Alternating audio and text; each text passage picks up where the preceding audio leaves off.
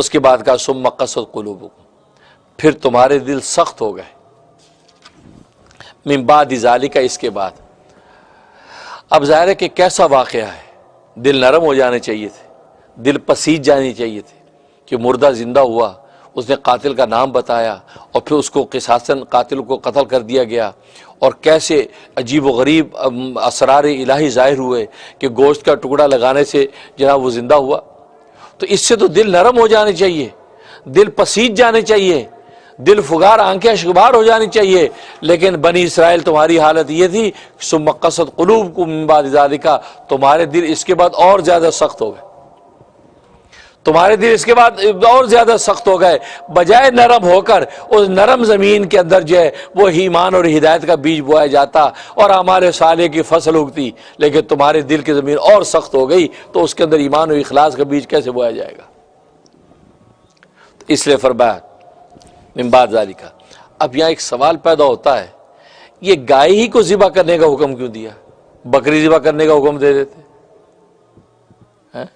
اونٹ ذبح کرنے کا حکم دیتے، لیکن گائے کو ذبح کرنے کا حکم دینے میں کیا راز ہے؟ اس کا ایک جواب یہ ہے کہ اصل میں بنی اسرائیل میں اس وقت سب سے بڑی قربانی گائے کی ہوا کرتی تھی۔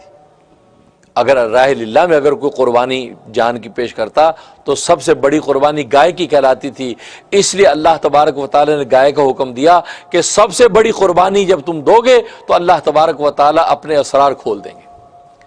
تو اشارہ یہ کر دیا کہ دنیا کے اندر بھی تو اپنے خواہشات کو ذبح کرتے ہو اللہ تبارک و تعالی کے رضا کے لیے، تو اللہ تبارک و تعالی اب اپنے اسرار تم پر کھول دیتے ہیں اور اپنے حقائق تمہارے قلب پر نازل کرتے ہیں۔ اور دوسرا جواب یہ کہ اصل میں انہی بنی اسرائیل نے بچڑے کو خدا بنایا تھا،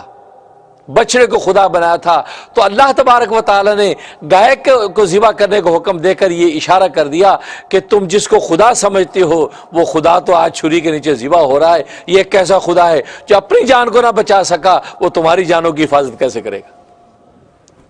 تو اللہ نے ان کے اس عقیدے کو توڑا تھا کہ انہوں نے بچڑے کو خدا بنایا، اس لیے گائے ذبح کر کے اشارہ کر دیا کہ تم جو ہے جس کو یہ، اور آج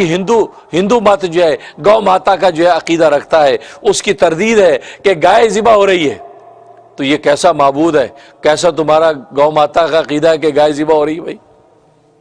تو اس کا مطلب ہے لعلکم تعقلون، جو کہا کہ عقل پکڑو کہ بھائی ہاں گائے ایک جانور ہے، اس کے منافع اپنی جگہ پر ہیں، لیکن اب اس کو تم نے خدا کا ہی اوتار بنا لیا۔